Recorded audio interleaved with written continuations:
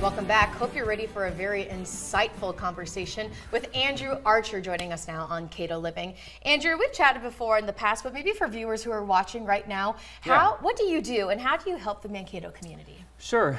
I'm a clinical social worker and I practice psychotherapy full-time. One of the different things that I do is teach meditation to all my patients, and so I've done that in the community, real little kids. I've worked in the prison system, teaching in a solitary confinement unit, but my primary role is practicing therapy with people. I love practicing therapy, so I do individual, couples, group, and now I have this opportunity with KYC to host On Mind.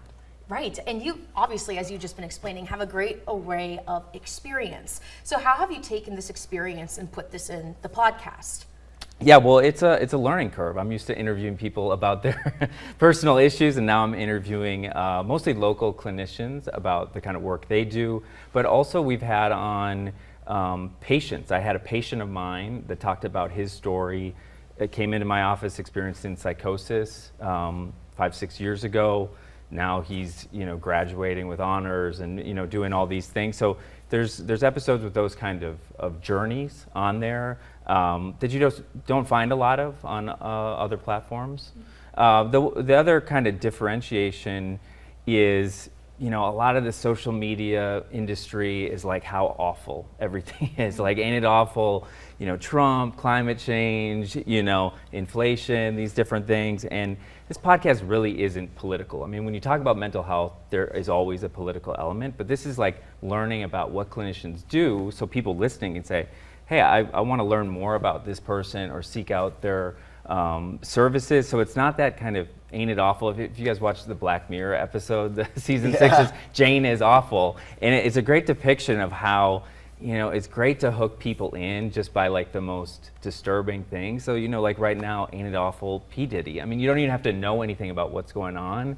You experience that awfulness and it draws you in. And that's just not what this podcast is about. So if you want to, rake your leaves or fold some laundry and learn about, different mental health services, it's a great opportunity. How important is it for people to be aware of something like this so that they might be intrigued to either get help or help someone else in their life? Well, therapy is one of those things kind of like buying a house. You take a lot of time maybe before you actually connect with someone. And it's kind of funny, it seems like people are picking therapists now, kind of like real estate agents. It's like, oh, this person seems good, so I'll go with them.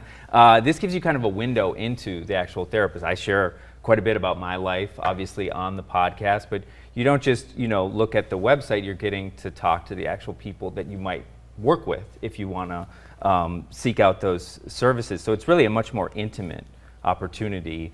And it's basically a group of local clinicians, and then we're bringing on other guests. I have a fun episode that we're about to record. A friend of mine who lives in New York City, we're going to talk about ADHD and kind of the question, does my kid have ADHD, and explore that topic. So real diverse, but we're kind of finding our way still. It's young. We started it this summer. In a great range of topics too. We're running out of time, but if somebody were interested in hearing about On Mind, how can they find your podcast? Yeah, I mean, it's on all the different platforms for podcasting, but if you go to kyc.com/onmind, that's where you can get it, but Spotify, Apple, YouTube, you can find it wherever you typically listen to podcasts. Awesome.